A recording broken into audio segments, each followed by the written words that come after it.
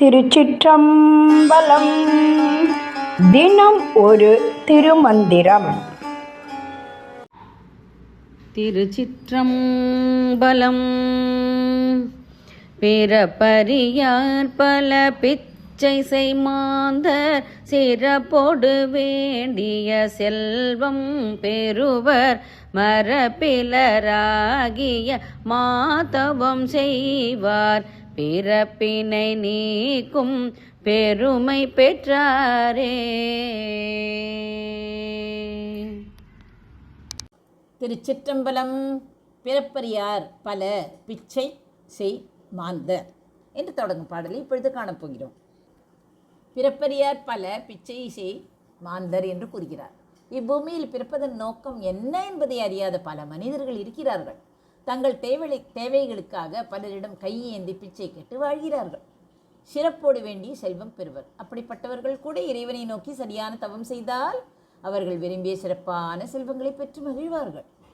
மரப்பினராகியே மாதவம் செய்வார். ஆனால் உலக இன்பங்களை மறந்தவர்களாய் இறைவனை ஒருபோதும் மறவாமல் மரப்பினராகி பெரிய தவத்தை செய்கின்ற மேலோர்கள் என்ன ஆவார்கள்?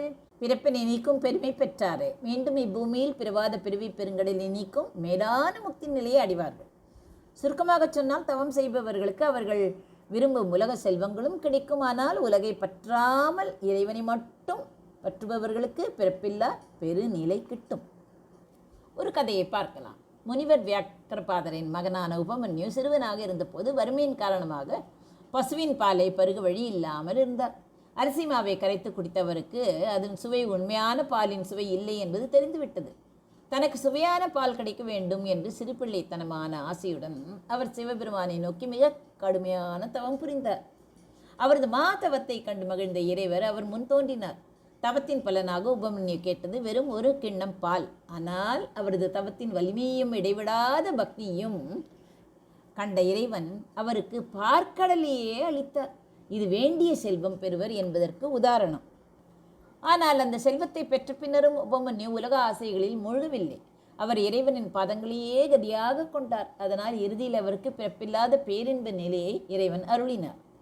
இந்த கதையின் மூலம் தவம் ஒருவருக்கு உலகியல் தேவைகளையும் பூர்த்தி செய்யும். அதே சமயம் பற்றில்லாமல் செய்யும் தவம் பிறவிப்பிணியையும் அறுக்கும் என்பதை அறியலாம். பிறப்பறியார் பல பிச்சை செய் மாந்தர் சிறப்போடு வேண்டிய செல்வம் பெறுவர் மரப்பிலராகியே மாதவம் செய்வார் பிறப்பினை நீக்கும் பெருமை பெற்றாரே. நன்றி, வணக்கம். உமா பாலசுப்ரமணியன்.